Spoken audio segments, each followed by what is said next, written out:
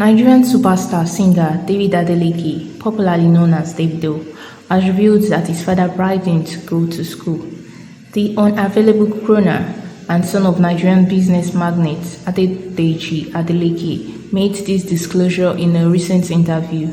According to him, although his father loved education and wanted him to go to school, he wasn't interested. He said he initially left school and even ran away from home, but he was eventually forced to return to complete his education when his father made him a juicy deal.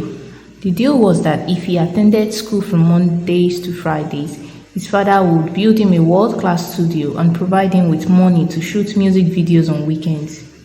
I was forced back to uni. I was kind of bribed, he said. My dad is just big on education. The first place I came to when I ran from home was London. From there, I came back to Nigeria and my dad wanted me to go to school. And so I was like, what is in it for me? He said, if I go to school, he has a land not far. He will build me a studio. But I should go to school from Mondays to Fridays and on weekends work in the studio during the weekend. It was a world-class studio. He will give me money to shoot some videos, Davido added.